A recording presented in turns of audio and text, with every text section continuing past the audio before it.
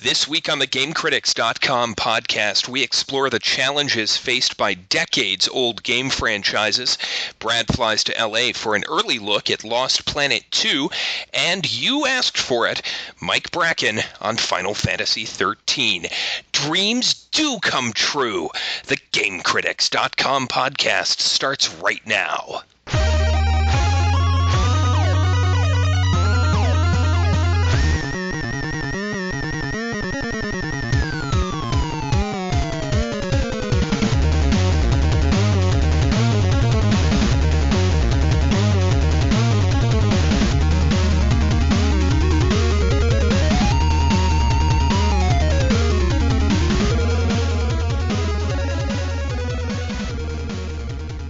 Oh, hello. Are you in the mood for a podcast? Do you guys think that was too sexy? Oh, no. No, you should keep going with it, dude. Yeah. Nothing wrong with a little sex on our show. Yeah. I was waiting for that. Well, we are. I'm gonna dial it back because this is not. I don't want to arouse the audience. Frankly, that's not the effect I want. They are very excitable, our audience. All three of them. Let's just say that this is podcast number 32. I'm Tim Spaeth, the GameCritics.com podcast. We're back from a month-long hiatus. Thanks for remembering us. And thanks for remembering my dear friends, the founder and editors of GameCritics.com. Let's catch up first with Chi Kong Liu. Hey, Chi. Hey, Tim, how's it going, man? I just survived my first neighborhood Easter egg hunt this morning with my son. Doing well. Now, how big was the neighborhood? Is this like the entire city or just a block or?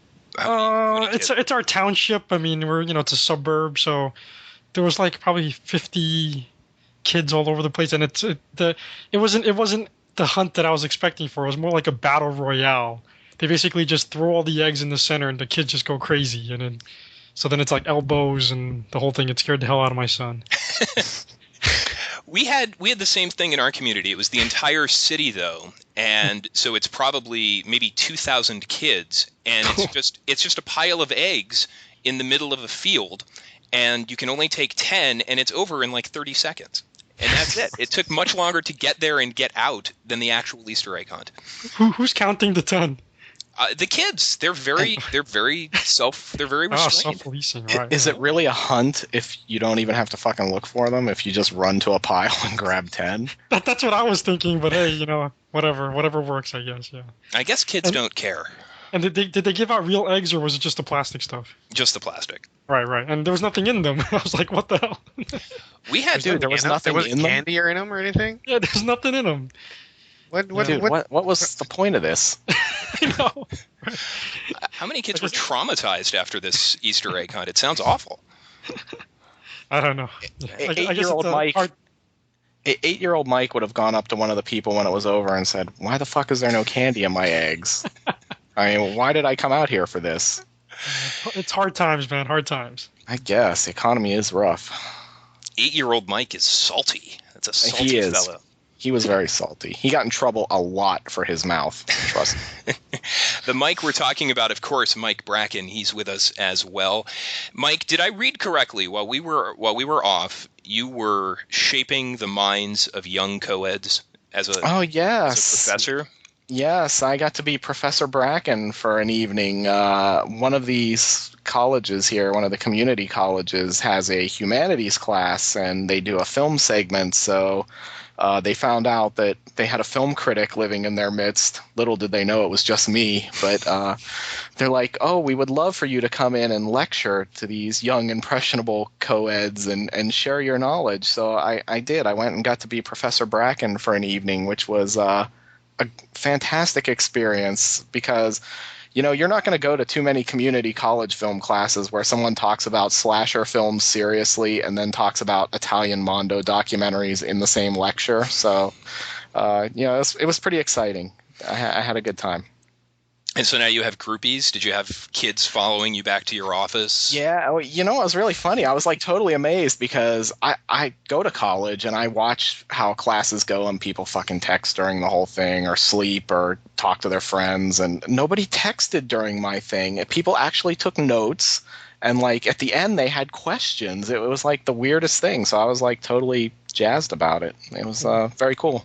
I would actually, because I would actually like to teach film studies someday. So it was like a dry run for me to see if I liked it or not. So it was very cool. Sounds like a positive experience. And you'll be doing it again soon, hopefully? And yeah, next semester I will be back doing it, probably even for a couple more classes. I only got to do one this time, and there are more than one class of this Intro to Humanities deal. So I will be doing it more as long as my schedule can accommodate it. My own classes and stuff. Fantastic. Kind of ironic there, huh? You're talking about like all this horror stuff on a humanities. Yes. But it's funny because the kids, that's the funny thing is like once you start talking about like slasher films and stuff, the kids all start paying attention. So It was like really cool because then they're like, oh, this guy's not going to talk about foreign films I've never heard of or old black and white movies. He's going to talk about fucking Halloween and Friday the 13th and Faces of Death and all this stuff. So They should call it the Inhumanities. Yeah. Yeah. Someone's typing. Someone is typing. I hear typing. Yeah. So sorry, that was me. No. There was humanities. There was a crazy silence there, and I've got like 7 things going here. That's good. You're so interested. Yeah, you're so interested in the things you have to say about yourself that you're typing during the segment.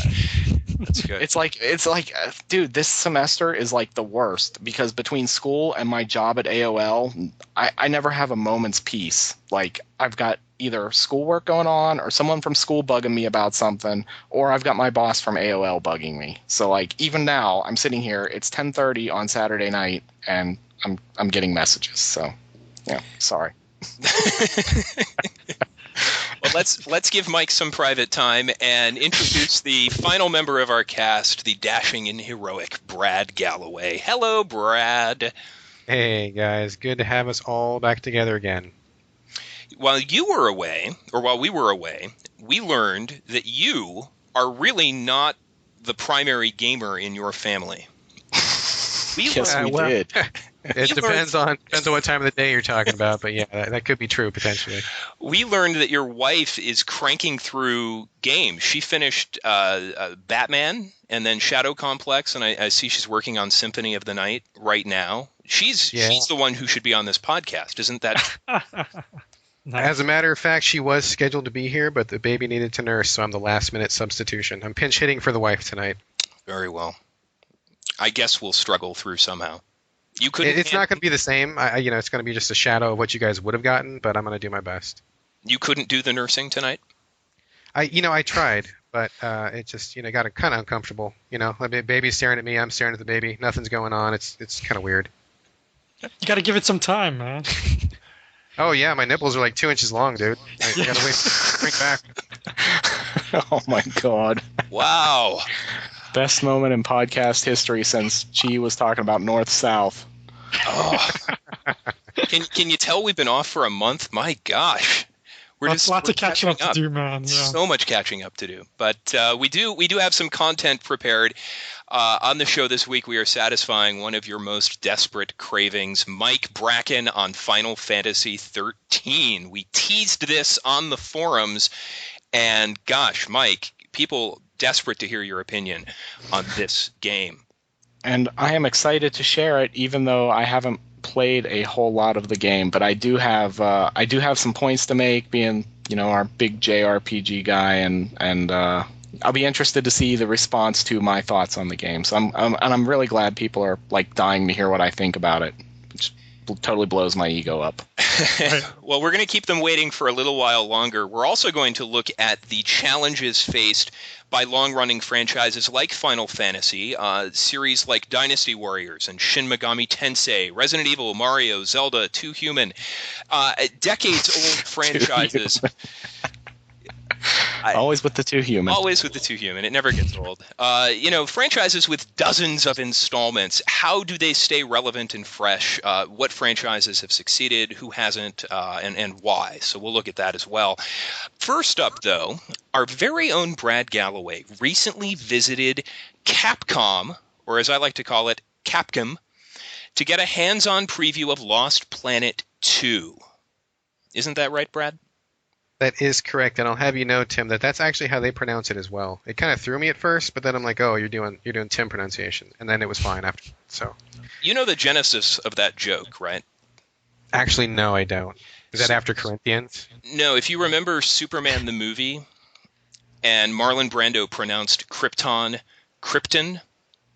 like by the time he got to the last syllable, he was just exhausted. He couldn't get out the ton, so he just kind of spat out a little krypton. And so now I do the same thing with basically any proper noun. That's where that comes from. There we go. There you go. Yeah. Brad, we do want to hear about Lost Planet 2, but I first want to talk about the trip itself, and here's why. I don't get invited anywhere. No one's calling me to go see anything, and I think a lot of our listeners would be interested in hearing exactly how these little game viewing junkets work. So let's start at the beginning. How did you find out about the event? How did you get involved? So there's not really a lot to it. I mean, I was just kind of doing my usual routine at home, and an email pops in, and it's just an invite from Capcom. I mean, lots of publishers in the industry keep an eye on who's reviewing what and who's covering what and who are the movers and shakers and stuff. And so, this time around, it just happened that we were selected as a site that was desired to be at this showing. I mean, I think, I'd like to think that my favorable view of the first Lost Planet might have had something to do with it. But, they didn't really come out and say, we're inviting you because of XYZ. I mean, it was just kind of a general invite. So I was glad to get it. And what happens was, just for full disclosure, they paid for pretty much everything. So it was the full-on press junket that people are so, cautious about going on. A couple years ago, there was a lot of stink about, these kind of junkets in exchange for favorable reviews and that kind of thing. So I just want to say up front to everybody listening that it was a fully paid for trip. And fortunately, in this time around, there's no real review going up or anything. It was just for a hands-on. So I didn't feel like there was going to be any conflict there. And if I did, I mean, I certainly wouldn't have gone, or I would have at least disclosed ahead of time so that our readers know what we're all about. But we trust you, man. We trust you. Just relax. We trust you.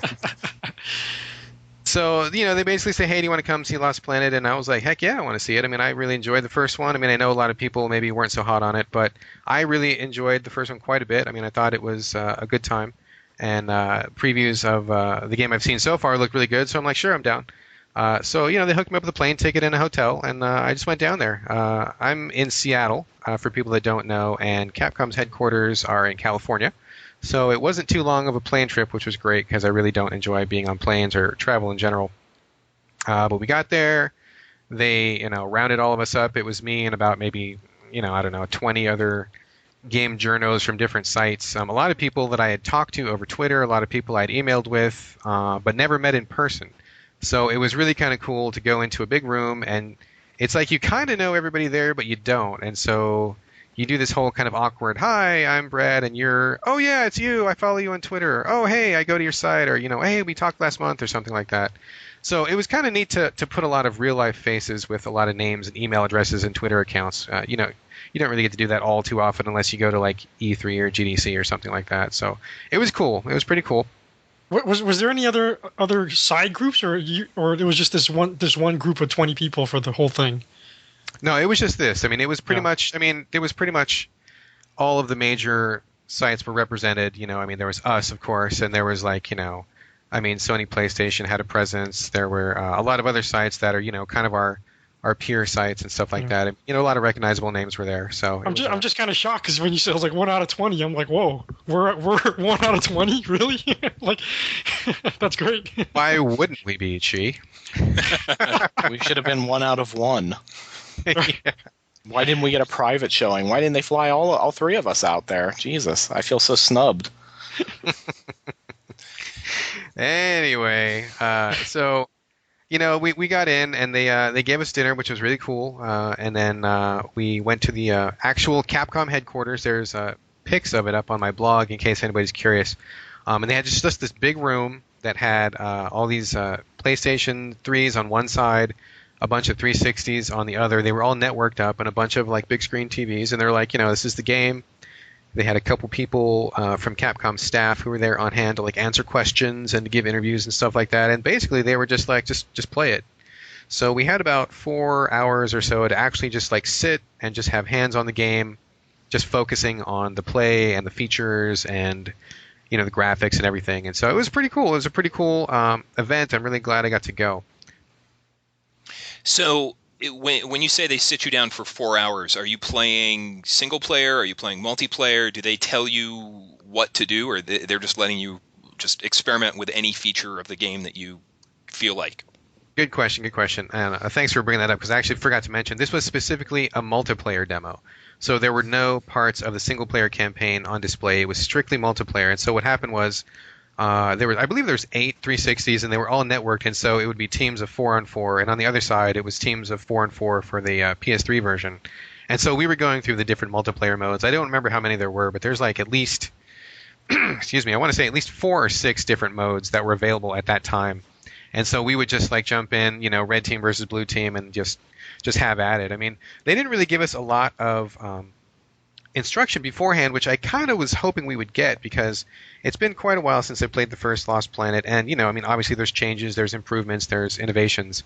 But they kind of just let us go into it, and we were kind of just fumbling our way through it. I mean, you figured it out eventually, except for maybe some of the finer things. Like, for example, I was in one of the maps, and I'm on this robot vehicle that looks like a motorcycle with a cannon on the side of it, which is really cool. You get to zip around the levels and shoot people.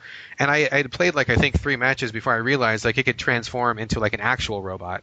I didn't push the right button at the right time or whatever. And so somebody's over there, hey, why don't you transform it? I'm like, oh, okay, well, yeah, heck yeah, I want to transform. And stuff like that. It would have been cool if they had walked us through like the finer details, but they did a good job of answering most of the questions, and kind of fielding like everybody's questions at the same time. I mean, like I said, there was at least probably 20 people there, and everybody was like wanting to get interviews and take pictures and ask about one thing or another. So it was kind of chaotic at first, but then it settled down, and we're just playing. I mean, we just went through all the modes, and it was a pretty good time. So as you're playing, if you found that this was terrible, let's say the game was terrible, and I know that wasn't your reaction, but let's say it was, would you feel obligated to say something to the people that you're playing with? Would you address that with Capcom? Would you just keep to yourself? I mean, what if the reaction to this game was just universally awful? Well, it's interesting you say that, because I actually didn't have that reaction, but the people that were there were really curious about what we thought. I mean, of course, they kind of gave us their spiel, and they talked about, there was a couple artists that were there, and there was a couple other designers and, things like that. So they told us, what they did and the changes that they made and how they were personally involved with them, which was really cool to me to hear people say, I did this change because of this experience, and this is why we did this. I mean, you don't really get that opportunity very often to really hear about why something is the way that it is. But yeah, they were totally open. I mean, we were asking questions and saying, oh, this thing shouldn't go right here, and they would explain why it was there, or if it could be changed, or stuff like that. So they were totally open to listening to our feedback. I mean, I don't think a lot of us really had a lot of feedback, because even though we were there for 4 hours, I mean, we were basically coming to the game cold and kind of learning what it was, and it's a lot to take in 4 hours, and even though that sounds like a lot of time, it really wasn't. So I think Mike and I kind of fall on the negative opinion of the original Lost Planet. I didn't care for the character controls, the robot controls. Chi, you mentioned before the show, you had reminded me about my hatred of the knockdown animation, that it takes 10 seconds to get knocked down and about 45 seconds to get back up. And I'm wondering, just for myself, tell me about the robots in Lost Planet 2. Do they control better? Am I likely to enjoy this more? All right. Well, like I said at the beginning, I liked the first Lost Planet. So, I mean, it definitely had some problems. Like you said, the knockdown animation was totally atrocious. I don't know how that even got through. And in fact, I wish I'd remembered, because I would have asked them about that when I was there. But anyway, the get up animation is a lot better. I mean, you're still down for a couple seconds, but it's nowhere near what it was last time. And even though some of the big robots, they're called vital suits in the game. Calling them robots would just be silly. Yeah, that just it wouldn't make any sense at all. There's no No. sizzle to that, you know. Vital suit, that's much more logical.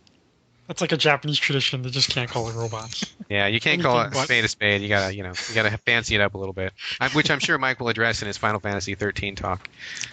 Yes.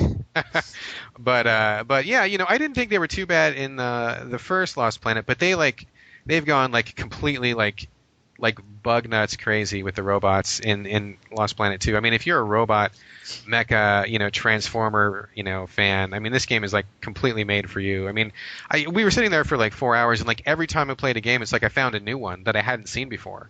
And it was like, there was these motorcycles that could transform into walkers. There were like these little hovering ones that were kind of like little platforms from Star Wars. There were like this giant one that was kind of like a half spider, half robot that like multiple people could get on top of, and it was like a giant walking gun platform. There were like, smaller ones that were built for melee, like these giant energy swords. I mean, there was like all kinds. And aside from those, I mean, there was one that was just like a helicopter, like in this one level. It was kind of like an oil rig out in the middle of the ocean. And I ran in the chopper and got to it first, and so I was able to just completely fly around the whole level, well out of range for most of the characters and just pick them off, at will, which is pretty cool. I mean, I think just having straight up flight as a mechanic during multiplayer is a pretty interesting thing. So it was great. I mean, they all, of course, I mean, they're not all like super fast. I mean, the bigger ones were slower, of course. The smaller ones were lighter. I mean, that's, kind of common sense. But there were a lot of different options, a lot of creativity and imagination going into those vital suits. And I got to say, after playing the multiplayer, and having a pretty good time, honestly, I was actually like 3 times even more stoked to go through the campaign, to actually see like levels that were specifically designed to show off these different vehicles and having the chance to do something like that. So is Tim still going to be annoyed by how the vehicles handle? Or are they still kind of quirky or whatever it is? I mean, each one is a little bit different, and they all handle a little bit different, and the size obviously plays a role. I mean, they're not as agile as like something from Zone of the Enders, or I mean, you're not flying like a Veritech or anything like that. So I mean, if you go into it with the mindset of they're mostly terrestrial, they're heavier, I mean, big machinery. Think of it like that rather than something that's jumping around wall to wall and shooting lasers while doing backflips. I mean, I can't speak for Tim, but I thought they controlled better than the first one by far. Robots immersed in syrup. That would be how I describe I did not see syrup. This game. I was not reminded of syrup. Very good.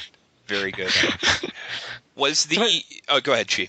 No, I wanted to ask, I mean, as far as when I see the videos on Xbox Live, I mean, the graphics are like, quote unquote mind-blowing. Are they really like that good when you're playing, and does it hold up and on the multiplayer modes and stuff?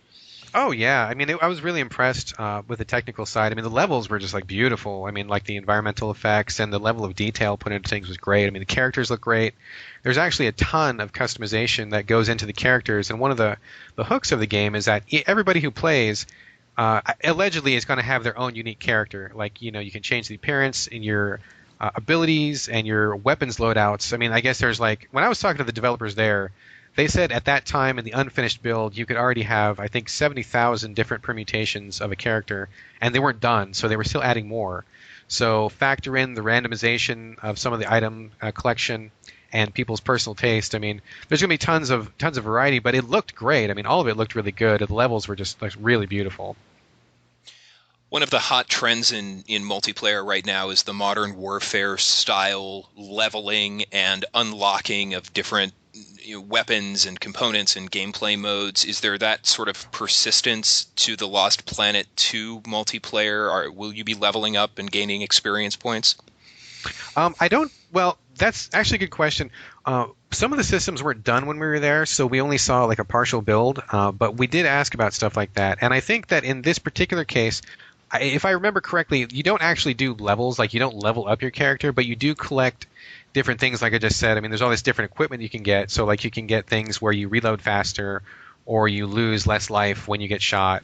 There's a number of different weapons. I mean, you choose from like this tree of weapons, and then once you choose one, there's like different iterations of each weapon. So you have to actually collect that stuff or buy it. And I think the way that they described it, a lot of it is going to be randomized. So it's not like everybody's going to have like the exact same super powerful sniper rifle. Like, you'll either find it or you will like win it which they described as kind of being like a slot machine kind of mechanic. So I think that between those things and the fact that your character actually is persistent, like your campaign character is the exact same character that you use in multiplayer. So if you put enough time and effort into buffing your guy out, it's going to pay off because you'll be able to take him online or plow through the campaign with him. Was the multiplayer co-op focused? I recall the Lost Planet 2 demo that was already released months ago, if I remember correctly, was like 4 dudes versus a giant scorpion thing. And that was a lot of fun. I enjoyed that, for the 10 minutes that I screwed around with it. Was it a lot of co-op, or was it deathmatch? What were the types of games that you were playing? It's funny you mention that, because that demo that you described is actually a campaign demo. We were all kind of confused because we had asked, like, when are we going to see some campaign action? And they're like, well, it's been out for months. And we all kind of like look at each other like, huh? And they were saying that demo, that was actually a campaign story mode demo. So one of the things that people, I guess, are not really clear about right now is that the campaign is totally focused on co-op.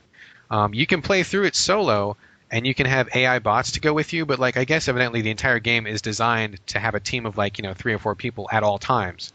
So if you don't have live friends to play with through the campaign, you have bots. If you think you're really a badass, you can do it solo with no bots, but the game doesn't scale the difficulty back. So you're going to be going up into situations where it's designed for you to be on a team. So that demo that everybody has access to right now is actually a campaign demo. What we played was actually the straight-up multiplayer modes. There were definitely team options. Most of it was team-based, like 4-on-4. I think they said it goes up to 8 versus 8, although that was not displayed, if I remember correctly. There were a few, everybody for everybody, deathmatch kind of things, but most of it was team-based for sure. It was like, capture data points, kind of similar to capture the flag, except for you have these different points throughout the map that you have to kind of control. There was a couple other things. There was like a points battle that we did, and stuff like that. I mean, it's nothing mind-blowing in terms of the objectives that you're doing, but it's absolutely team-based for sure. It's kind of strange that they went all the trouble of flying you out there just for the multiplayer stuff. I mean, was there something that they had in mind? What was their goal exactly in just showing you that? Did they explain that at all, or no? No, that was it. I mean, we got out there, they showed us the multiplayer demo, and that was it. I mean, I think they just really want to get the word out about how the focus has changed and how much it's improved since the last time. And I think that, they definitely scored on both of those fronts. I mean, a co-op, for me, is something that I'm really interested in. I'm not much of a multiplayer, but when you bring co-op into it, and especially in a campaign, that really gets my attention, because that's one of my favorite things to do. And it looked really great. I mean, I really appreciate this new focus on co-op. And that was basically it. They just wanted to show us the multiplayer. So, yeah, Gotcha. nothing more to it than that. See, that's funny. You are interested by the fact that they're bringing co-op into the main campaign experience. That is a complete deal breaker for me, because why do I need a game that has fucking online multiplayer where I can play with other people? Then if I want to play offline, why do I have to have more people to play with, or to play with bots? Why can't I just play a game by myself anymore? I mean, why? Do you see what I'm saying? Like, I can play with other people online. There's an online component to the game to do that very thing. So why are you now forcing me to do it even in the campaign mode? Like, I don't want to do that. Well, the one thing I totally hear you, because I am not a multiplayer guy. I mean, you guys know me, I am not Mr. Multi by any stretch of the imagination. I mean, I'm solo 99.9% of the time. Mm-hmm. So I do, in that respect, think it's pretty cool that you still do have the option of doing it yourself. I mean, you can have the bots, or if you level up a little bit, you get some guns, you feel your oats, you think you're good, you can do it solo, all the way, and nothing's stopping you.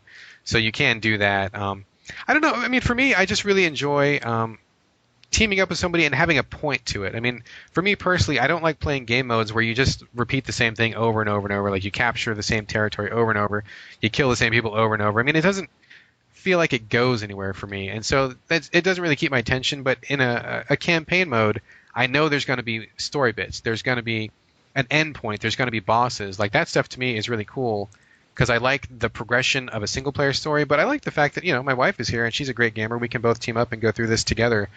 If she's not nursing the baby or whatever. So I don't know. I think it's pretty cool. And one other thing also is that a lot of these vital suits are are multi-part. Like there's a vital suit where it's like a 3-person suit where one person drives and then your teammates man like the gun turrets. Or there's one even that's a combiner, so 2 people, Really? one person in each suit, and then you combine. So there's lots of opportunities to like take advantages heavy weaponry with teammates. I mean, obviously, bots would fill that role, but I think it's cool that you just have the option. And given how few co-op campaign games there are relative to how many solo campaigns, I mean, I'm cool with there being something like this out there. But I hear you. I'm not a multi all the time though. Well, I mean, and don't get me wrong, because we've all seen like shooters and stuff in the past where you can play the campaign co-op, but you can still play solo and have a shot. I just got the impression from what you were saying earlier that it was going to be like, well, you're going to need other people or these bots to play it. You're not going to be able to just go through. And then whenever you say bots, I automatically think, morons, because bots in games usually are. So I mean, if it's something like Gears of War or something where you can play it by yourself and still get through it, that's fine. But if it's like one of those games where you definitely need another person or to have bots and the bots aren't good, then I'm a little concerned. Well, I hear you, man. I hear you, and I asked the same thing, and they said, they were very clear that you could do it alone with no bots, but they said, just FYI, the game is kind of designed, with the scale of the enemies and the scale of the opposition, to be a team, unless you're, like I said, unless you're like Clint Eastwood, so. Yeah, I just hate them forcing you into things. I like there to be choices if they're going to include that stuff. That's just my thing. Brad, when you and your wife are playing this game and you do the combiner robot, will you both be throwing out some Voltron Voltron.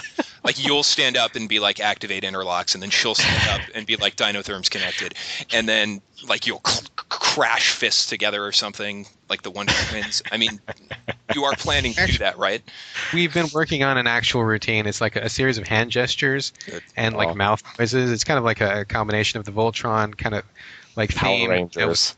Yeah, Power Rangers. A little bit of the Transformers little transformation sound too. It's not a done thing, and I'm planning to put it up on YouTube when we get it perfected. So I'm hoping it's going to go viral, but we'll see. Nice. Cannot wait. It's morphin' time. Oh, I love it. Is there a release date for Lost Planet 2? When is it hitting the streets? Last I checked, they're shooting for mid-May, so I think we're going to go with that. You don't know the exact date? Well, there's a lot of factors that go into it, Tim. It's not an exact science. All right. And then last question, did you steal anything from Capcom while you were there? I think I probably helped myself to more bagels than I was allotted when I was there at the banquet table. But no, I didn't steal anything, although I will say that they did give us these cool little, I don't even know what you'd even call it, but there were these little toys that were made up to look like one of the bosses. I think it's actually one of the bosses that's in the demo. It's like a giant acrid worm, caterpillar, slug, frog thing. And I actually got to talk to the guy who designed it, so that was kind of cool. He kind of walked us through the process of him putting that together and then having it go through production. So they gave that to us, so technically it was stealing, but it still was kind of a cool takeaway. That's fine. Maybe next time.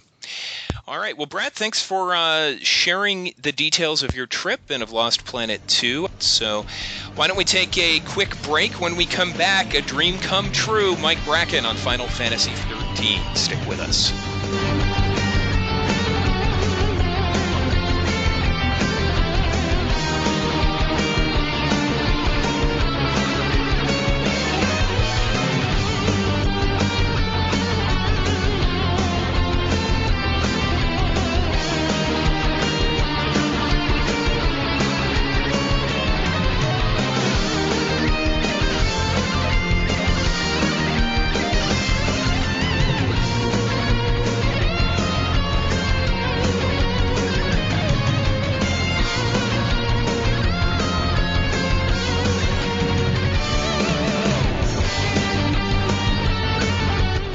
Welcome back. Let's cut to the chase, Mike Bracken. When I hinted that we were planning a Final Fantasy 13 segment, the boards exploded. They need your insight. They hunger for it. Let's not tease them any longer. As one of our planet's preeminent JRPG experts, give us your take on Final Fantasy 13. All right. I'm excited to talk about this. I'm actually disappointed because as some of you know, if you listen to the show, I don't have a 360 anymore because it broke and I'm too fucking lazy to get it fixed since it was out of warranty. And it's like still sitting in the box ready to be shipped off somewhere to get it fixed, but I haven't. So like lately when I want to play something cool, I have to go to a friend's house and play on his PS3. So that sucks when you're talking about a game like Final Fantasy 13 where you can't just go and run through it in 8 or 10 hours. Obviously, he doesn't want me sitting on his couch for like 60 hours playing a game on his TV. So I try not to take advantage of my friends, but Final Fantasy 13 is a big deal, so I had to go over and spend some time with it. And so here are my impressions after a few hours. I will preface this by saying that I played this like a couple weeks ago before we actually went on hiatus. So I'm not going to get into the plot or anything like that because A, I didn't play enough to really talk about the plot, and B, it's Final Fantasy, so you kind of know the plot's not going to make any fucking sense anyway. It's going to be a bunch of gibberish and like a bunch of like sci-fi and fantasy tropes thrown in there and shit and big summons. So but getting to this game, now that I've totally dismissed it, getting to this game, the most interesting thing I thought that has been said about it, and there has been a lot of back and forth. People either seem to like the game or hate the game, and I think a lot of people that I have talked to have come down more on the side of hating it. And so I did a little research, and the most interesting thing I found that has been said about Final Fantasy 13 actually came from X-Play's Adam Sessler. I don't watch X-Play anymore, just to get off on a little tangent, because they treat Adam Sessler like a buffoon on the show most of the time, which is a real shame because, I think Adam's a pretty smart guy, and he's probably smarter than anyone who fucking talks about games on G4, yet they kind of treat him like a moron, and they make him do dumb shit all the time, and I just couldn't take it anymore. But I did when he was talking about this game, and he hit on the thing that was exactly what I thought, well, pretty close to what I thought when I played it. And he said that this is not the game that fans wanted, but the game the genre needs. The Japanese RPG is very, very stagnant right now. We've talked about this at different times. If you read my reviews, I bitch about it all the time, yet I still keep playing them because they're like a tie to my childhood and I can't let them go. But and we've seen now there's been a paradigm shift where Western RPGs are suddenly the popular type of RPGs, and the once venerable Japanese RPG that we all grew up with is stuck in 20 years ago. Nothing ever evolves. They'll take the same old shit and put a different acronym name on it, and it's supposed to be new and exciting, basically, which Final Fantasy 13 does, as a matter of fact. But I don't agree entirely with his assessment that this is the game the genre needs, because I think Final Fantasy 13, even from the limited amount of time I spent with it, has some very serious issues and things that it gets wrong and doesn't do particularly well. But at the same time, this is the first JRPG we've seen in quite some time that's come along that's actually tried to maybe break the formula a little bit, tried to do some new things, tried to encourage players to experiment a little more with their gameplay and things like that, and also be a little bit like the Western RPGs, because I think the writing's on the wall for the Japanese companies that that we've definitely started to like the Mass Effects and games of that nature, and that they're going to have to look at those games and take some of what makes those games popular and incorporate them into the Japanese RPG experience. The things that I loved about the time I spent with Final Fantasy 13 were you no longer have to heal. You go into a battle and you fight and you come out and you heal after every battle. So you don't have to carry a bunch of healing items around and use them after fights, or you don't have to cast spells after fights and deplete all your magic points. The game heals you after battles. Now the complaint about that seems to be that, it makes the game too easy. Well, I can see where you're coming from with that, but I don't think it does, because the battle system in the game is so complicated and complex and everything like that. I think that it just makes the experience a little more streamlined. The other thing is there are no inns, so you don't have to ever go sleep in an inn to recover hit points or anything like that. And there are very few towns in the game. Now, this is one of those things that have pissed people off, is well, what the fuck, man? There are no towns in this game. I can't go talk to people in the town. I can't go shop. I have to shop through this terminal that's like Amazon.com online to get all my weapons and stuff. Look, if you like towns and RPGs, more power to you. But for years, I have been saying, dude, I don't want to walk through another fucking town and have to talk to a bunch of stupid ass people who live there who spout gibberish to me that has nothing to do with anything. Right. So is it that you no longer talk to the same guy and talk to him 20 times and you have him tell you the same thing 20 times? Right. Yeah. And it's like everybody says, well, there are no towns in the game, which isn't true from what I understand. There are towns in the game, but like, they're very linear. They're just kind of things you go through in pretty much a straight line. There's none of this like running around, talk to this person 45 times, and then go run all the way across town through 14 load screens to talk to the next person, then go all the way back to the first one to complete whatever stupid fetch mission he had set for you. So I like that. I know some people are like pissed off that there are no towns. Personally, I didn't miss them. I don't care. There could never be another town in an RPG again, and I would be fine with that. No, I'll just jump in briefly. I think anybody who laments the loss of towns is crazy. Is just nuts. I'm going to straight out call them nuts, because is there anything worse in these games than walking up to somebody and having them tell you that they lost their cat? Yeah. And then you have to remember that this is the guy who lost his cat, and I have to keep a mental note in the back of my mind for possibly weeks in the hopes that if I find the cat, I have to come back and remember where this guy was. There is nothing worse than that. Thank God it's been removed. Yes. But that's what made Oblivion so brilliant, though. I mean, it wasn't so much of a chore. You can, the what do you call that list of the task list, the quest list, made that painless. So I think there's still some value to towns. I wouldn't toss towns out. Well, and the thing about that is, though, is again getting back to the whole Western Japanese RPG thing, is that the Western RPGs like Oblivion, they figured out how to implement towns and quests and quest logs and all this stuff, whereas the Japanese RPGs still don't. I mean, a lot of them don't really help you with that. You go into the town and you talk to the person, and they don't give you a quest log or anything. So, I mean, there have been a couple that have done it in recent years, but for the most part, it's still like 20 years ago, where you're like supposed to write it down in the back of your instruction book or something like that, where they give you the pages to make notes. So, I mean, for me, towns and RPGs are so extraneous. And dude, I've played a bazillion RPGs, and like, recently in the last couple years, it's like every RPG is the same. It's like dungeon town, dungeon town, dungeon town. Just eliminate the fucking towns and let me do the actual game part, because nothing that ever happens in the towns is a game.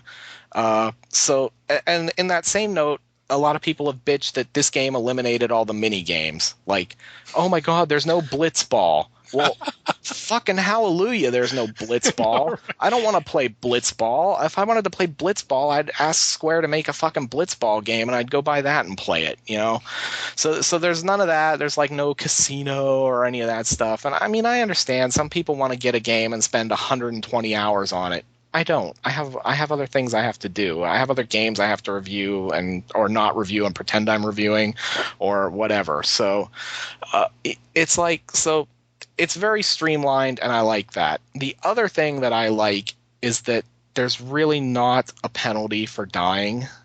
So like if you go into a battle and you die, it just raises you outside of combat.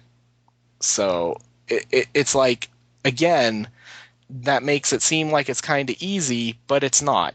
Because RPGs have this other habit of, instead of, you'll still go into battle and die, and it'll raise you at a save point where you might have to go fight through a bunch of shit again to get back where you were.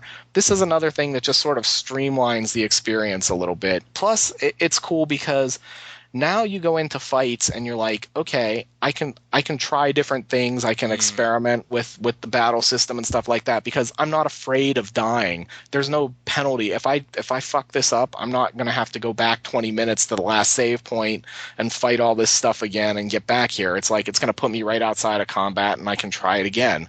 So I'm in favor of that. Those are the things that I liked about the game. Now, the things that I hated in my time with it are the things that pretty much everyone else has bitched about. First up, why the fuck does it take 25 hours to get to the part of the game where it actually gets fun and you get some freedom? I mean, that's like literally over a full day of playtime to get to where you're sort of feel like the world opens up and you can do things. And by the time you get there, you're pretty close to the end of the game. I mean, chapter wise, that's a long time to be spending with the game sort of forcing you into everything. And that brings up the other point, is that the game is extremely linear. This is one of the things that I think that they didn't get that Western RPGs do well, is that the Western RPGs really like to give you a lot of freedom now and let you kind of tackle things in different ways and different orders. Clearly Square didn't understand that concept. This is the most linear Final Fantasy game that I can think of. I mean, the first game was linear too, but I mean, you could sort of deviate around and everything like that and wander off the path. The dungeons here are pretty much like straight lines. There's like no offshoots to explore or anything. It's literally like hallways. I mean, you're like walking down fucking hallways in this game constantly, which I didn't like.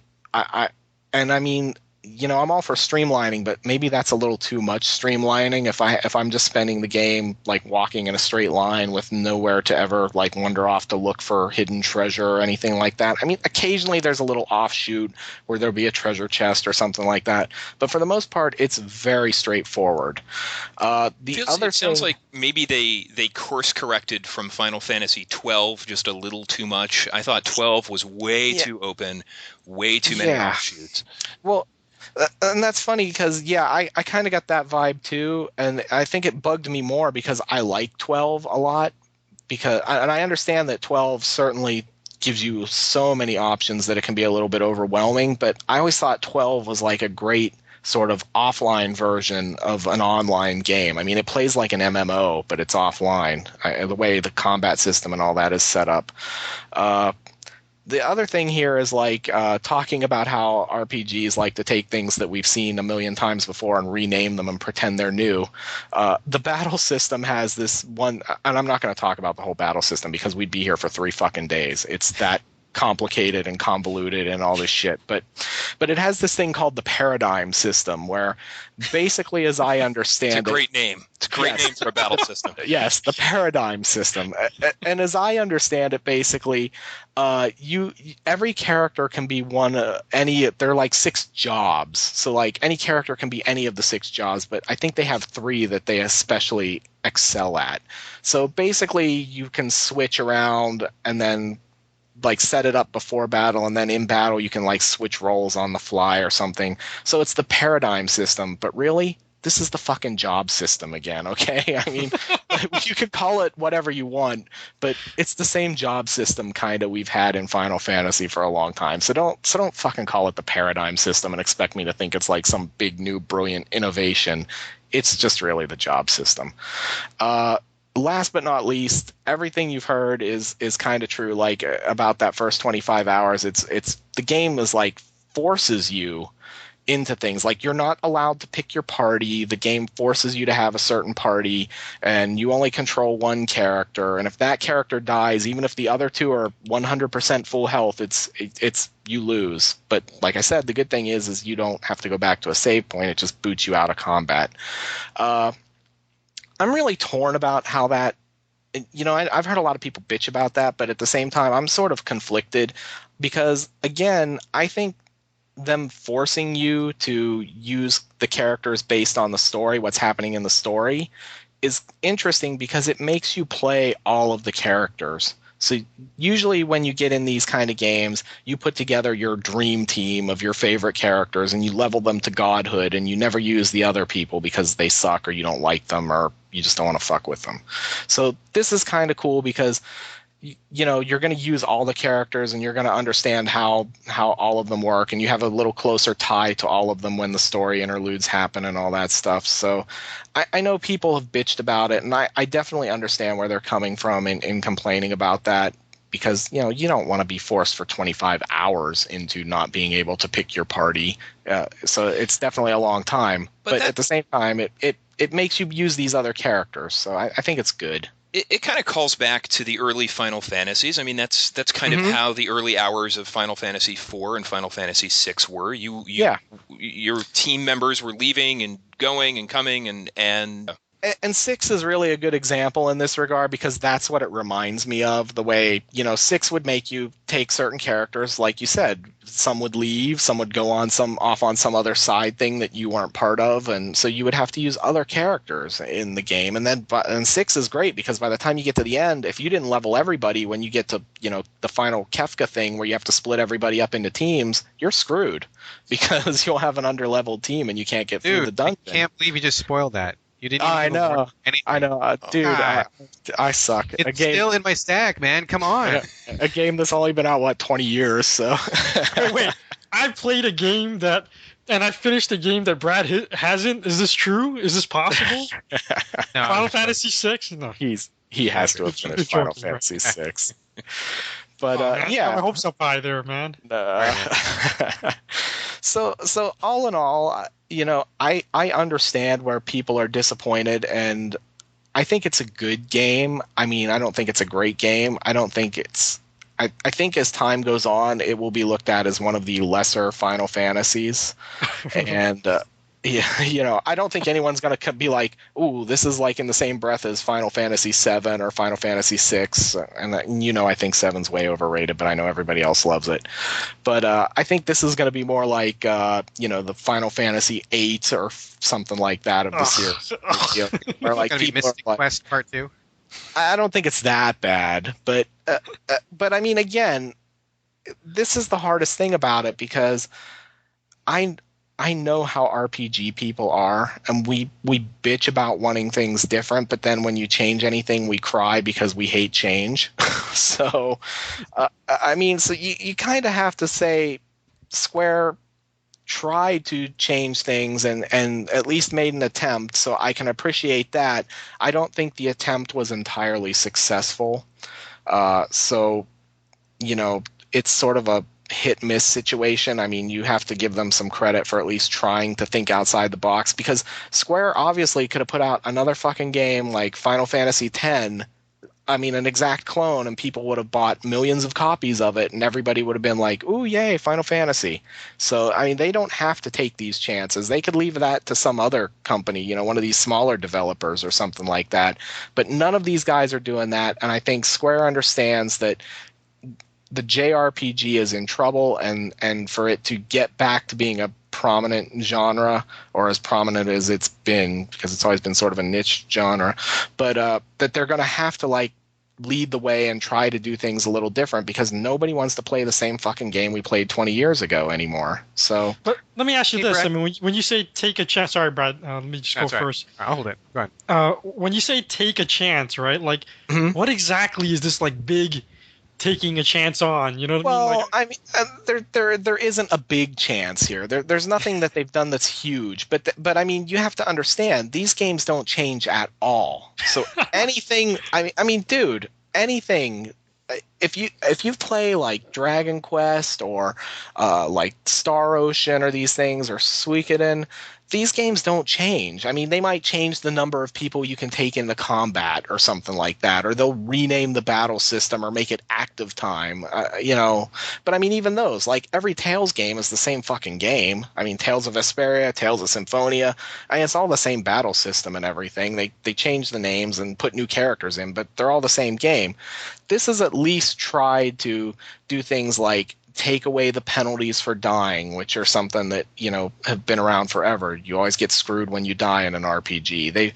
The elimination of towns is a nice touch, because that one to me might be the biggest, because that's a concession that we understand that this gameplay mechanic where you go through a dungeon and then have to stop playing the game to go into a town and do stupid shit that doesn't have anything to do with what's fun about the game is stupid, and we're killing momentum by doing that. So if we eliminate those, you get to spend more time with the combat system and fighting monsters and leveling up, which is the appeal of RPGs. I don't know anyone who says, ooh, I love to play RPGs because I like to talk to the townsfolk or go to the shops. Well, technically, I did like going to the shops to buy the biggest new gear. I mean, that was always a big sell for me. But you can still do that. It's just it doesn't happen in a town now. It happens at a computer terminal thing. So, I mean, that's still part of it, and I understand that because I like that too. So I mean, there's that, and the idea that they kind of let you heal after battle and stuff like that. They're little changes, but for this genre, they're big changes.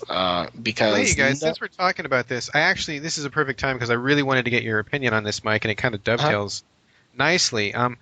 Prior to the game coming out, there was an interview with one of the developers, and he had said, well, we're studying Western RPGs to really find out new elements to add to our games and so forth and so on. I don't remember exactly which developer, but I remember his examples of Western RPGs. I think it was Tomb Raider, and I think Gears of War was the other game, if I'm not mistaken.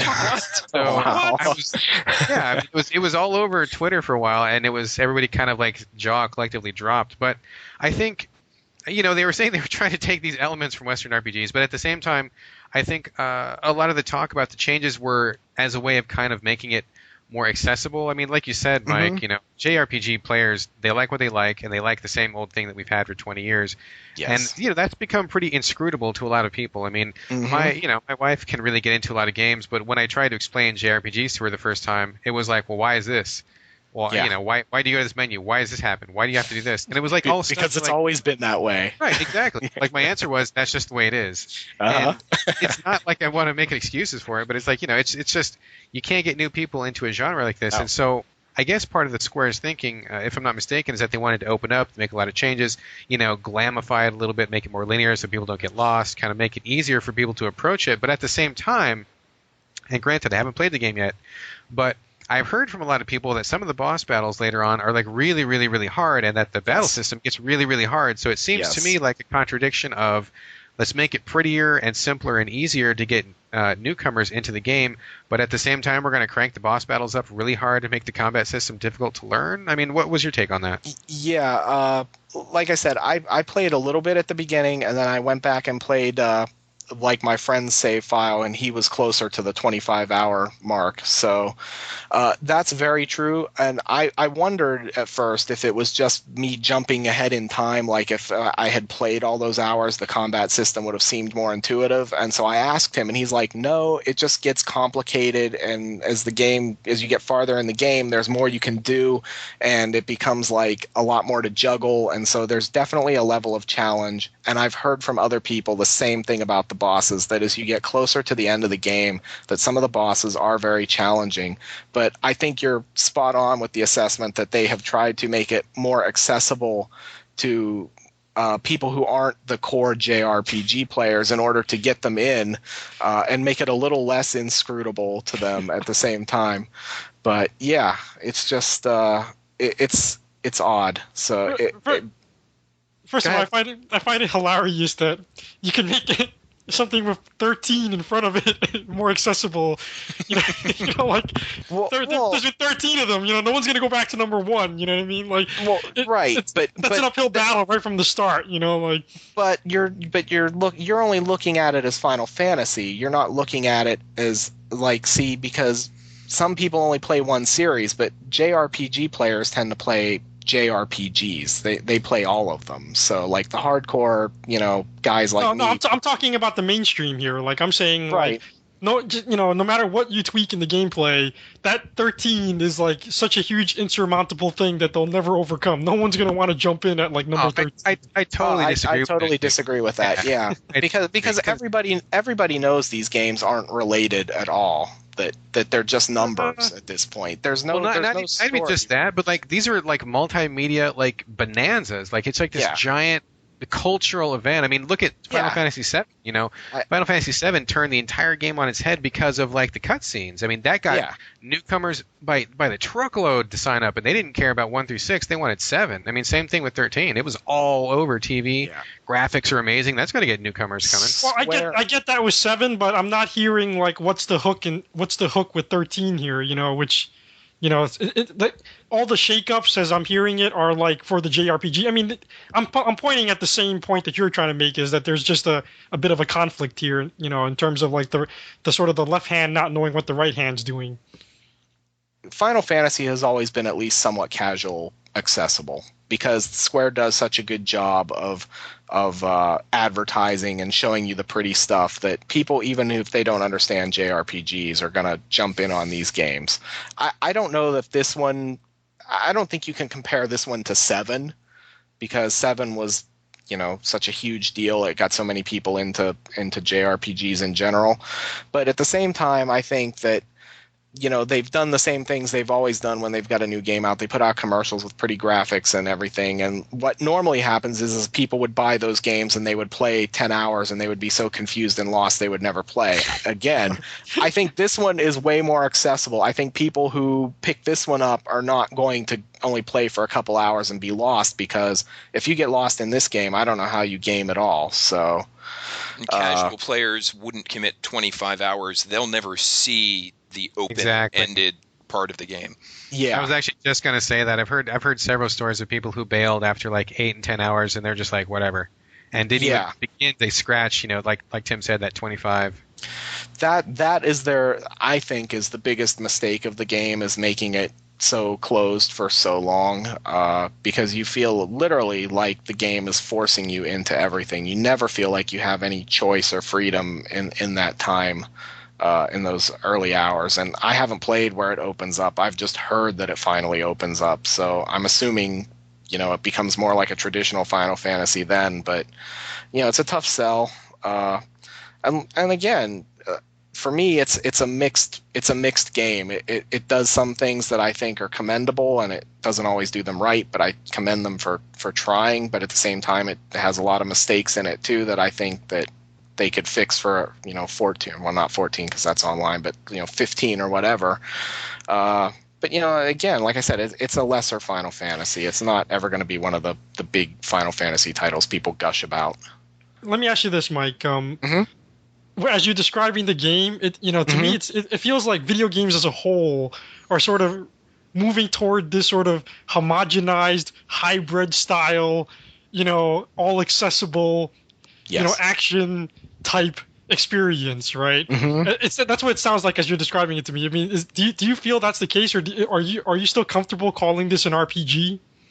I'm definitely still comfortable calling it an RPG, but I have that same feeling you do, that everybody, there's this movement to kind of make games into one sort of homogenized thing like that, where it kind of cuts across genre lines and appeals to people. And I think that's just a business. I think you're seeing now where games are such big business that everybody wants to have their game as accessible to as many demographics as possible.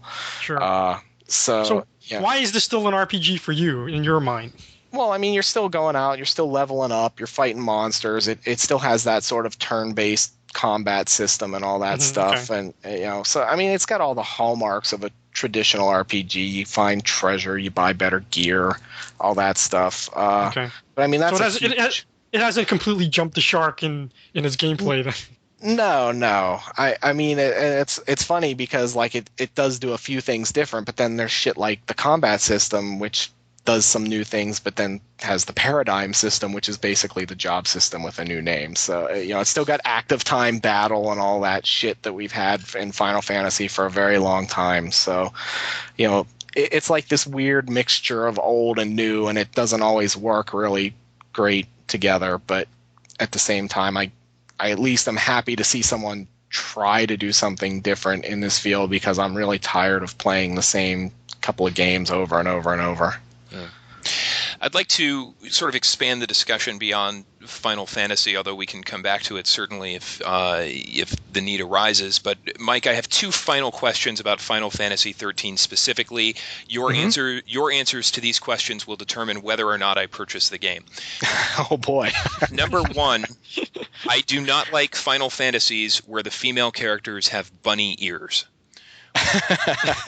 Will I like this game or not? I didn't see anybody in my party who had bunny ears. Okay, so good.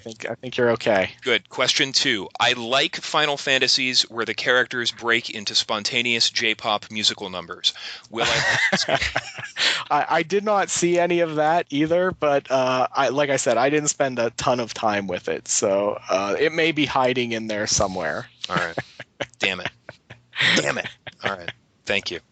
You're welcome. So, we talked a bit about Final Fantasy as a whole, and certainly the last 4 entries in Final Fantasy have varied pretty wildly from each other.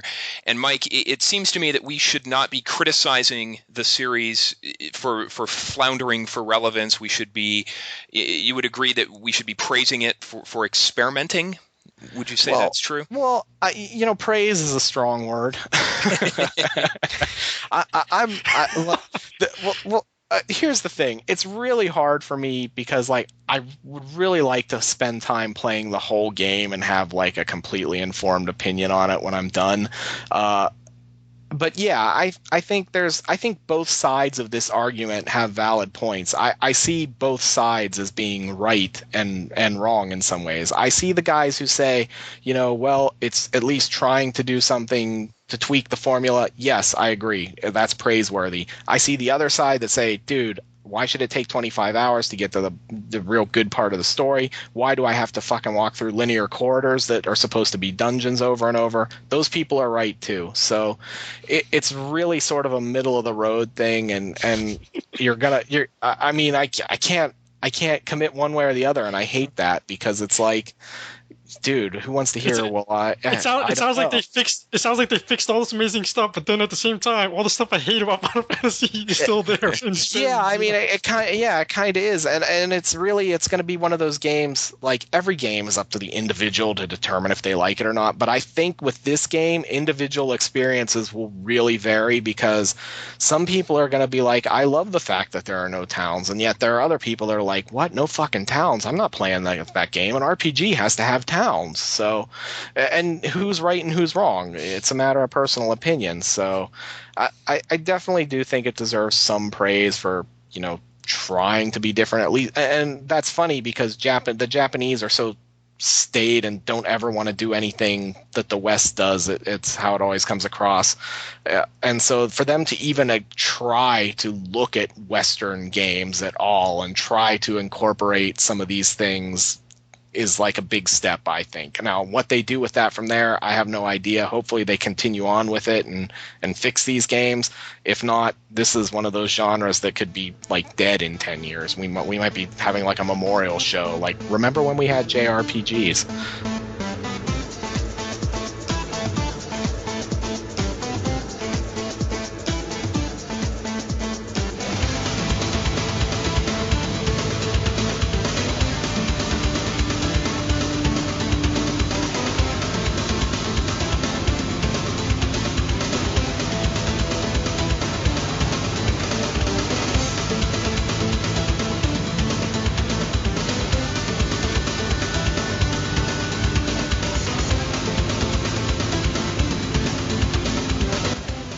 It's an interesting challenge, not just for Final Fantasy, but really for any long-running video game series.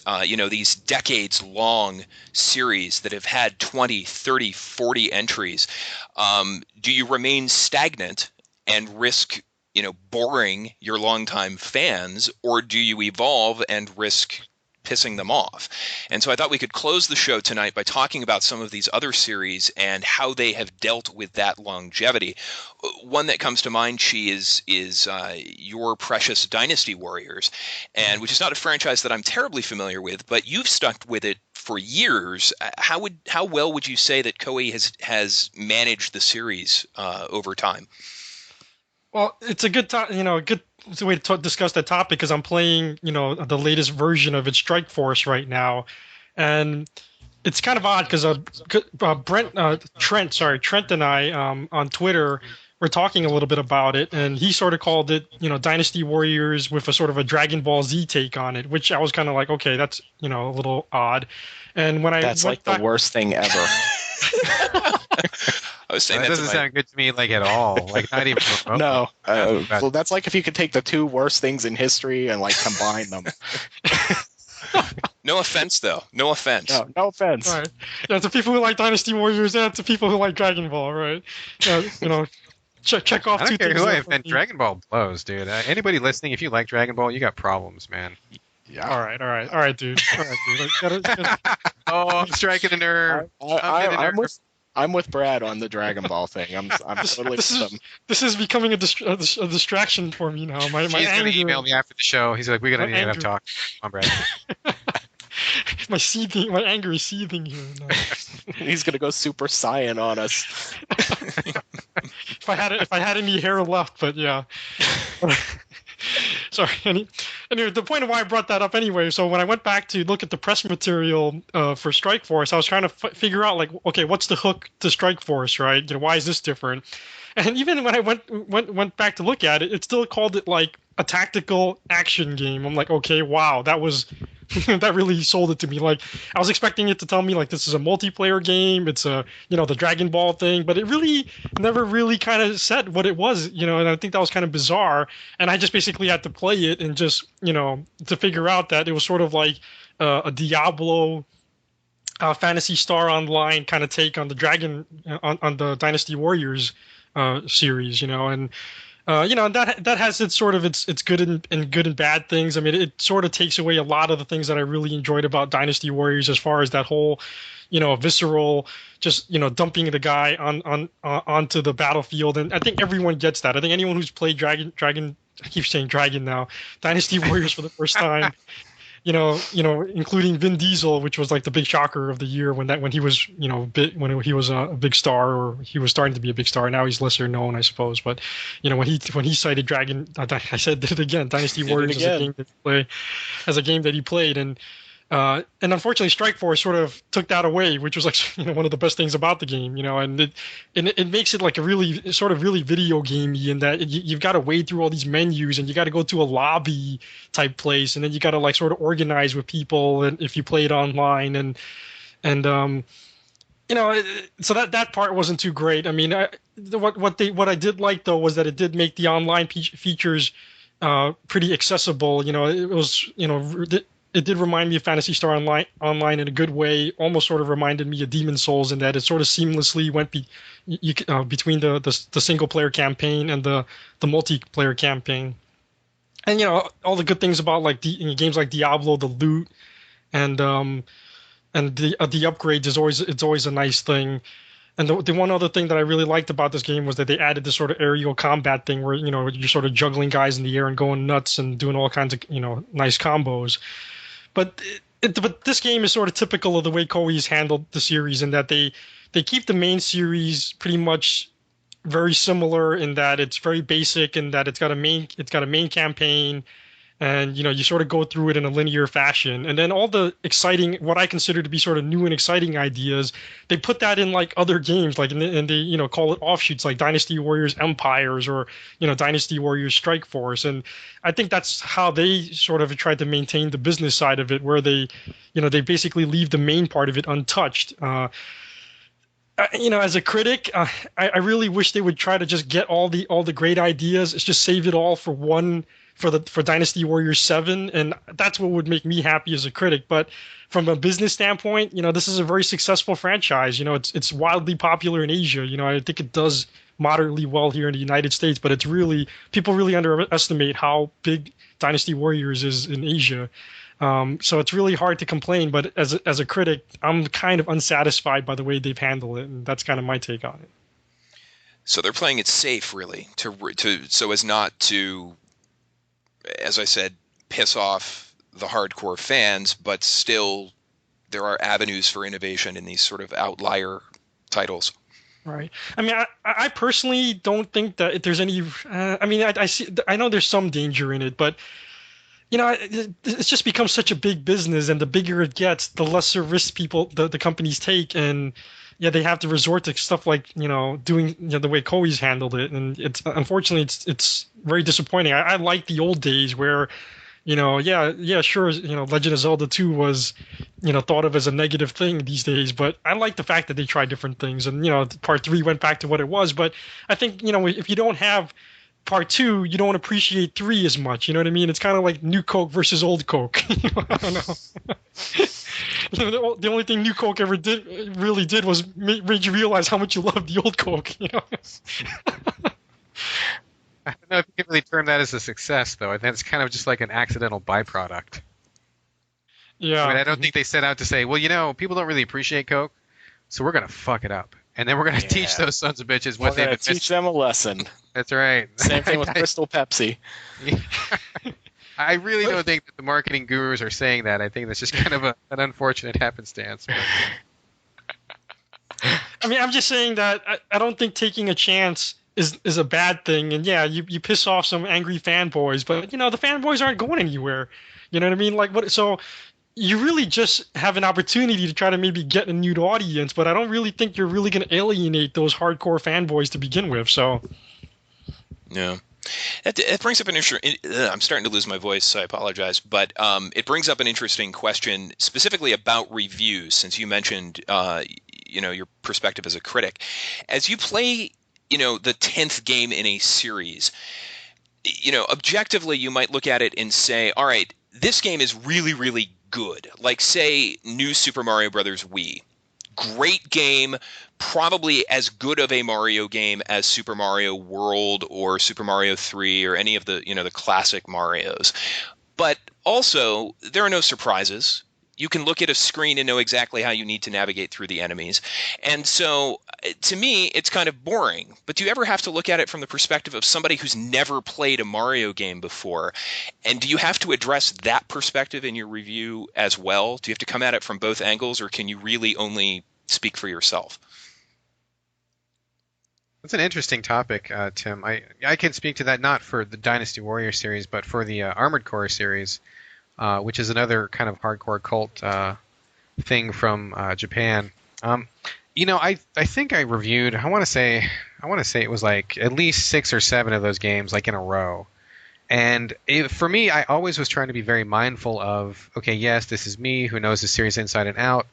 But if I was going to recommend this to somebody who had never played a game before, like what would that be like? And so I think that long-running series are in a special kind of danger of alienating any newcomers because they just get so set in their ways. And I think the developers themselves get in that mindset of, well, we can't piss off the fans too much. We don't want to lose our install base because then we're not going to hit our numbers and so forth and so on. So they always make sure that the proper boxes are checked. But at the same time, they don't really go out of their way to like open that up to other people. So while I found Armored Core 1 and 2 to be really great experiences back in the day, by the time I got to 6 or 7 or whatever it was, I mean, on the one side, the critical side of me was really tired of it because not enough chances were being taken and nothing was different. But at the same time, I really thought that they could have made much more effort towards making it accessible to other people. Even if they didn't change the core formula, they could have at least changed their openness so that maybe new gamers they hadn't gotten before could have a chance to get in on the action.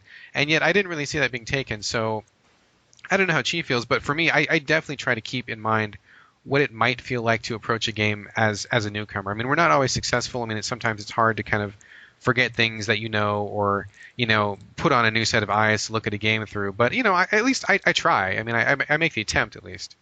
Chi, what about you?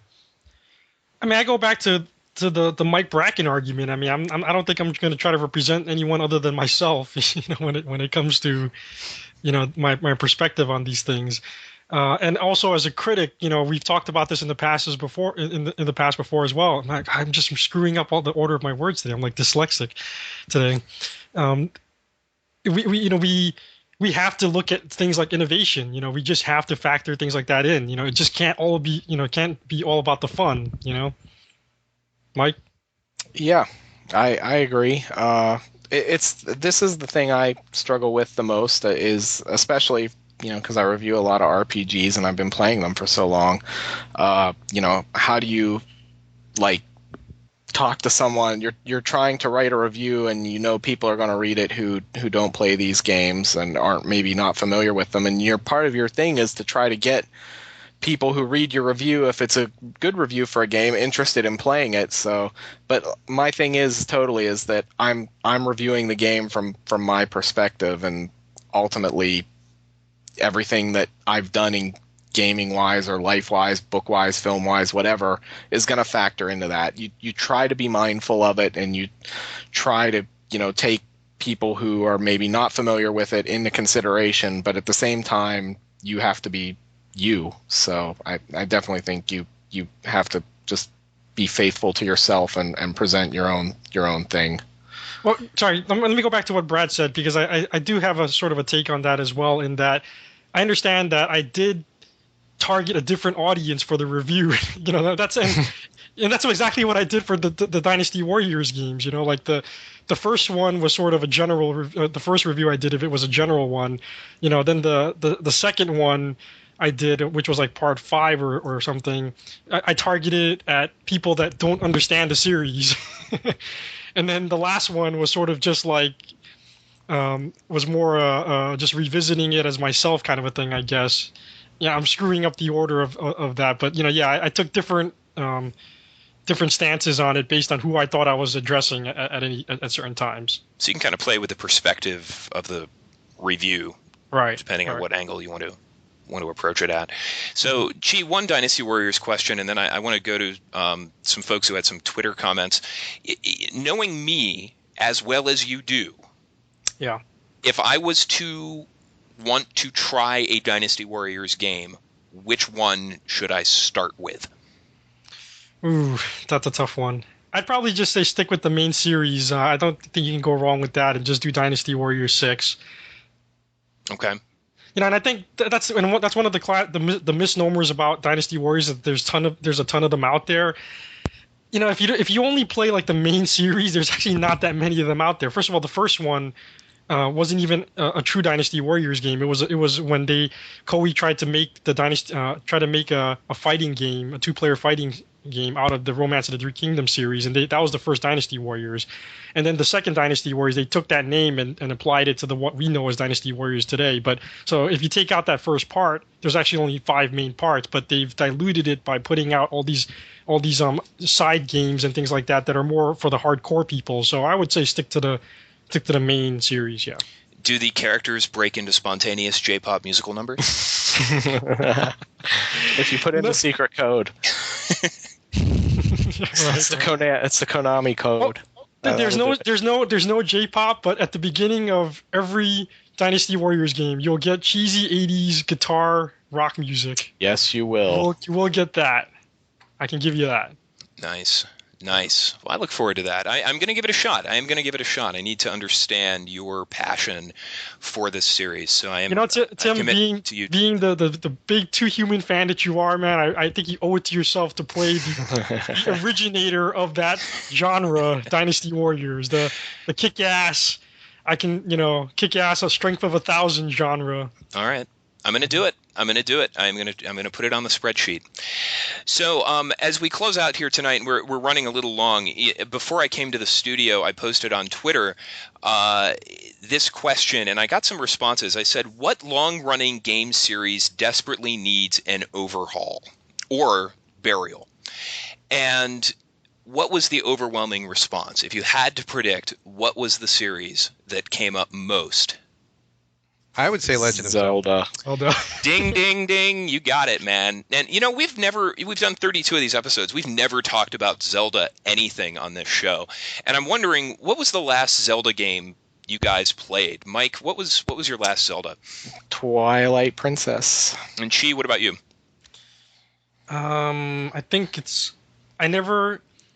I started playing Wind Waker before I decided that this was the same game that I played, and I stopped. Yeah. Brad, what about you? The last Zelda game I played was actually 3D Dot Game Heroes, which is not an official Zelda game, but it is Zelda by far. But if we're talking about actual Zelda games, I started Twilight Princess, and I thought it was like so fucking boring. I wanted to just jump out a window. And previous to that, Wind Waker was one that I actually finished, and I enjoyed, except for that sailing part at the end. Sailing killed it, man, hardcore. But other than that, it was good. I've kept up pretty well with the series. I mean, for me, it's kind of become this, in my mind, this one big amorphous blob. Like, I can't differentiate between the games anymore. But I was screwing around on the Nintendo channel on the Wii, believe it or not. For some reason, I was actually doing that, and it keeps track of how long you've played the games on your Wii. And I looked at my time played for Twilight Princess, and I played it for 51 hours. 51 hours, and I have no recollection of about 98% of that game.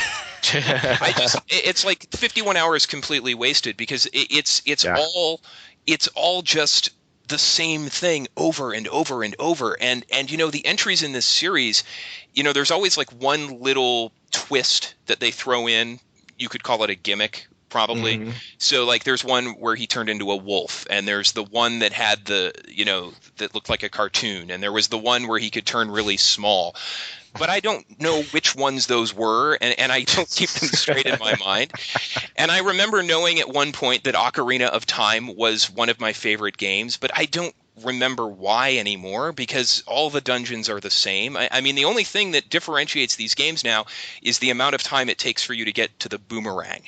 There's a time to boomerang statistic in every game, and that's the difference. And it's funny, some of these Twitter comments, and I'll just read a few of them for you. One of them from the first one came in from our own Richard Nyack, who I was on a show of our dear friend Richard Nyack. He suggested that Zelda star in her own game. Like Princess Peach. Like Princess Peach. Have her own game? Yeah. Like Princess Zelda's Adventures. So, change the protagonist. Panda Bear 19, one of my Twitter followers, says he always feels cheated whenever he plays a new Zelda. It's the same game every time. It's a shame they would never make a direct sequel because all the fanboys would cry foul. Although I think Wind Waker was a direct sequel to Ocarina of Time, if memory serves. He says it's a shame because that limits so many places the games could have gone. That Zelda is a maybe. It's traditional, but fans hate change. And then we had one more tweet. It's the same story. Link fulfills his destiny, saves Zelda, credits roll. And, yep, that's everyone. I mean, the question I would have for you guys is, do you care at this point? I mean, is Zelda a thing from your childhood? Do you even have a vested interest in seeing it relevant anymore? It's a thing from my childhood, and I appreciate it for that. And so therefore it makes me sad to see it the way it is now, because everybody still gushes about it, but I think it's incredibly fucking stagnant. And I really, if I never played another Zelda game like the classics, which is like everyone that's been out now, I would be perfectly fine with that. If they're not going to come up with a new way of doing Zelda, then I don't really care if I ever play another one, but it does make me sad. Yeah. Chi, what about Honestly, you? Or Brad? Sorry. Go ahead. No, I just think that these companies are damned one way or the other, because if they don't, they keep trying to please the hardcore fans, well, they just turn off about everyone who's just sort of in between there, which is, I think, a majority of the gamers like us, because I don't think any of us are like, I don't think any of us, ever did a cosplay of Link or anything like that. No. Or, yeah, let me check there, but, so... you're I cosplayed the guy who gives you the wood sword in the cave in the first game once, but never Link. Sure, classic character. I thought about doing Tingle, but I kind of chickened out at the last. Yeah. I saw Bracken more as a Tingle guy myself, actually. Yeah, well, maybe next year. Right. If we ever all go to PAX and we do like a live podcast, we could all dress as Tingle. Oh boy. We could all get inside one Tingle costume. Sorry. Oh, Sorry. All right, go on. Yeah, going back to what I was saying earlier, I think it's not as big as a risk as these companies seem to think, because, like I said, if they don't change up, they're screwed one way or the other. And the only thing that they really, and the fanboys are going to buy it one way or the other. So the only thing they're really doing is missing out the opportunity to perhaps like capture a new audience. I think, maybe I'm crazy. Am I missing something here? Is it really that simple? Well, with Zelda, you have to think, what's the fucking onus to change it? Because it sells a bazillion copies every one that comes out. So people obviously love it the way it is. I mean, I had this argument with someone online like a few months back, and her attitude was like, yeah, well, I like it that way. That's how Zelda is. So, and apparently other people do too. So I guess there's no reason for Nintendo to change it as long as it continues to sell. Well, not only that, like, how many critics are like totally like scared to death to criticize it in any way? Oh yeah. Like, Definitely. you can't touch that franchise without risking like this horde of fanboys descending from like darkened skies on you. I mean, it's like, you say anything bad about it, then all of a sudden you're like this Philistine who doesn't like games, and you got no respect for the classics, and what's wrong with you? You don't like Zelda. But I mean, I'm with you guys. It's like I loved it back then, and it was great because it was new and it was fresh and it was a pioneer. But they've been like resting on their laurels for like decades, man. And it's like the same game. I can't even play Zelda games anymore because I'm so fucking bored of them. It's like the same thing over and over, and there's just nothing to it. I literally can't play them anymore. I can't. I will say that the controls in the 2DS games, where you're controlling Link with the stylus, is pretty clever and very, very accurate, and actually in some cases makes controlling Link more accurate when you're trying to do things like throw bombs and so forth. But I have to, because I'm screwing around with Spirit Tracks right now, which is the one that came out last Christmas. Here's the thing. A good 20% of this game involves using the DS microphone. And look, I'm a guy in my mid-30s. I ride a train with businessmen, and I can't be blowing into my DS. Okay, I just can't. But Yeah. the other issue is I was playing this on a plane, and there are, obviously you ride on a plane, there's a lot of noise, and it completely freaks the microphone out. It literally makes the game unplayable. You can't pass certain puzzles because there's just constant noise going into the microphone, and there needs to be something that, some way to turn that off. There needs to be a workaround to that. And it's awful design. It's terrible design. And that I think is the problem with one of the problems with the Zelda series is, the gimmick that they throw into each game is frequently quite terrible. The sailing that replaced the overworld in Phantom Hourglass, I think it was, and the railroad in this game. Imagine an overworld that involves you on a train that you can't actually control, and you're moving from point A to point B, and you're literally sitting there just watching the train go from point A to point B for 5 minutes. I kid you not. You're sitting there doing literally nothing for 5 minutes watching the train go from point A to point B. And who thought that was an improvement on what admittedly was a very stagnant overworld? It's unfathomable to me. And yet here I am playing the stupid game. I don't get it. What's wrong with me? You know what it is for me? It's the sound effects, that little do-do-do-do-do-do-do. Every time I hear that, it's like I'm fucking 12 again. So that's the only reason I ever turn those games on anymore, is for the sound effects and nostalgia. Yeah. I want to go back to Mike's point about the sales, though, and I think that it's kind of short-sighted because, first of all, we've only seen one Zelda game on the Wii, first of all, and it was a launch title, so of course, it was going to sell well one way or the other, right? Has it been a system, and we haven't seen another Zelda title on the Wii since, and has it been a system seller? No, because, it's the Wii Fits and the Wii Sports that moved the console. Zelda has become completely irrelevant, in the gaming world at this point, and as well as the Wii in general has become irrelevant, in the forward-thinking part of the gaming industry, so, you could argue that, depending on how well the DS numbers, Zelda games do, but again, this is the DS, right? I mean, this thing sells, there's so many DSs out there, of course the numbers are going to do well, but again, they're not relevant in general in gaming, and I think those numbers are very short-sighted, and, they're not moving systems. Well, man, my voice is just gone. I think this is probably a good time to wrap things up. We've been talking for over an hour and a half, so hopefully this makes up for us being gone a month.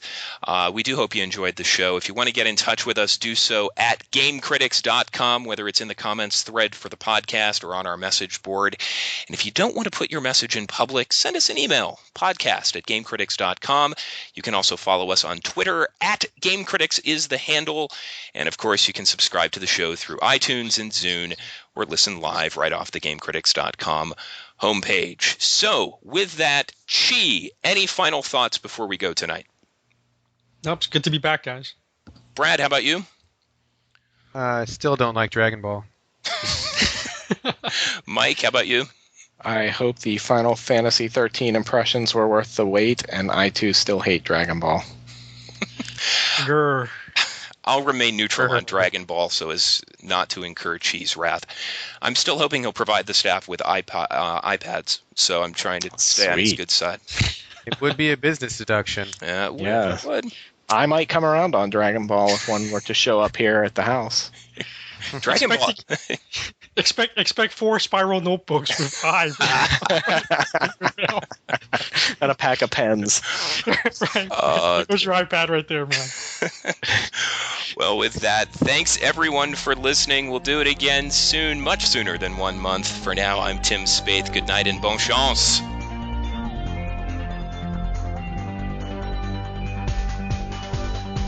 Okay. If you don't mind, I'm going to take a sip of water. My allergies. Anyone have allergies? My allergies. Yes. Ugh, Yeah. terrible. And this is what kills me. Like, I just have terrible sinuses in general, and like as the evening gets later and later, they get worse and worse. We record at like 10 o'clock every time, and it's like, so that's why I always sound like a fucking frog when I do the show. Normally, I am not as like quite as nasally as I am on this show, but it's because we record so late. It's like no matter what, I've tried taking pills, I've tried nose spray. I don't know. So. Breathe Right nasal strip. Yeah, that doesn't do anything for me. Yeah, it doesn't do anything for me either. I think that's just like I it's like think that's placebo things. Yeah, it's just like complete BS. I mean, is that It's thing, like a piece of tape pulling your nose open. I mean, like, Yeah, like, you know, that's all like it is. somehow my nose like changes sizes during the course of the day, like the fucking tide or something, and I need something to hold it open so I can breathe better. I'm not buying that. And even if it worked, you'd need something a lot stronger than a piece of like fucking Scotch tape. I mean, you'd need like super. Yeah, it's like a fucking Band-Aid on your nose. I can't get they can't make a Band-Aid that sticks to my thumb, yet I'm supposed to believe this thing has strength to pull my nostrils open for hours on end.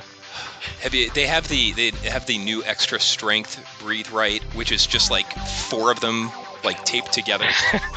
It's like, that's all it is.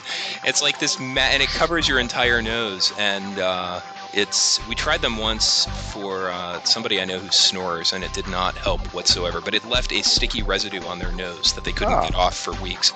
Yeah, so like every time they got dirt, they had a little dirt outline there for weeks. Right, like feathers would stick to their nose, and it was just bad. Nice. You know what they really need? They shouldn't have made those like Band-Aids. They should have just got some kind of fucking metal spring hinge and like found a way to glue it to your nose. That would have maybe held me open. Then it would like fucking backfire and pierce your nostril, and there'd be like moss all over the place. But that at least would give you more ventilation in your nose, so that would help you breathe. True. None of you guys patent that. I'm patenting that after the show. This is my new plan for wealth. I'm improving on the Breathe Right. Yeah. The Bracken nasal appliance. I love it. Yes. The B&A.